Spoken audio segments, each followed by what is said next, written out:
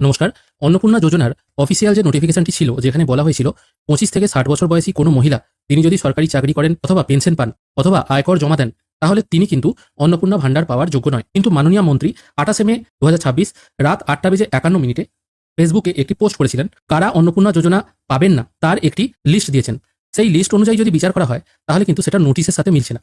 এখানে কি বলা হয়েছে দেখুন, আজকে সারা বাংলাতে বিভিন্ন ব্লক এবং পুরসভায় অন্নপূর্ণা যোজনার ফর্ম দেওয়া হলো। এই পোস্টটি কিন্তু করা হয়েছে 28 মে 2026। এবার এখানে কি বলা হয়েছে দেখুন, প্রত্যেক সরকারি অফিসে ফর্ম দেওয়া হবে, আপনারা ফর্ম পেতে পারবেন। কোথায় কোথায় ফর্ম পাবেন এটাও কিন্তু বলা হয়েছে। এখন মোটামুটি ফর্ম দেওয়ার কাজ শুরু হয়ে গেছে, সেই জন্য আর নতুন করে এই জিনিসটা বলছি না।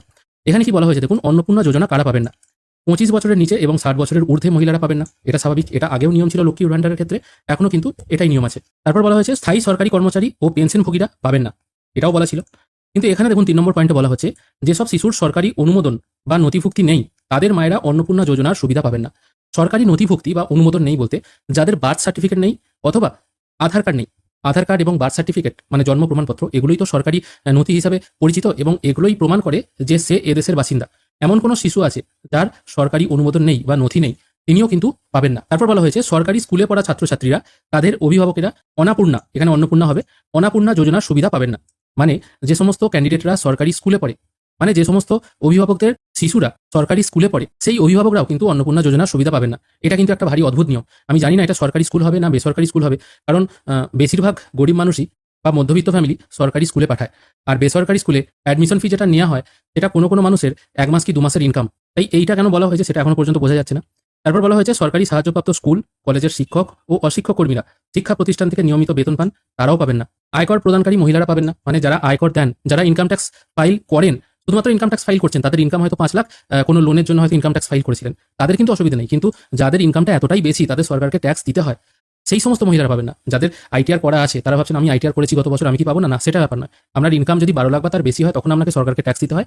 সেই ট্যাক্সের আওতায় যদি আপনি না আসেন তাহলে কিন্তু আপনি পাবেন। তারপর বলা হয়েছে এসআইআর ভোটার তালিকার যাচাইয়ে মৃত, স্থানান্তরিত বা স্থায়ীভাবে নাম বাদ পড়া ব্যক্তিরাও কিন্তু পাবেন না। এটাও আগে বলা হয়েছিল। একাধিক বিবাহ বা একাধিক পরিবারের তথ্য গোপন করলে সুবিধা বাতিল হতে পারে। মানে একাধিক বিবাহ যদি থাকে বা পরিবারের তথ্য যদি কেউ গোপন করে তাও কিন্তু এই সুবিধা পাবেন না। আরেকটা বলা হয়েছে বেআইনি পরিচয়ে আবেদনকারীর আবেদন গ্রহণ করা হবে না। এতগুলো কিন্তু কথা বলা হয়েছে। মানে ভুয়ো যদি কেউ আবেদন করে আর কি, কেউ যদি পরিচয় গোপন করে তারাও কিন্তু অন্নপূর্ণা যোজনা পাবে না।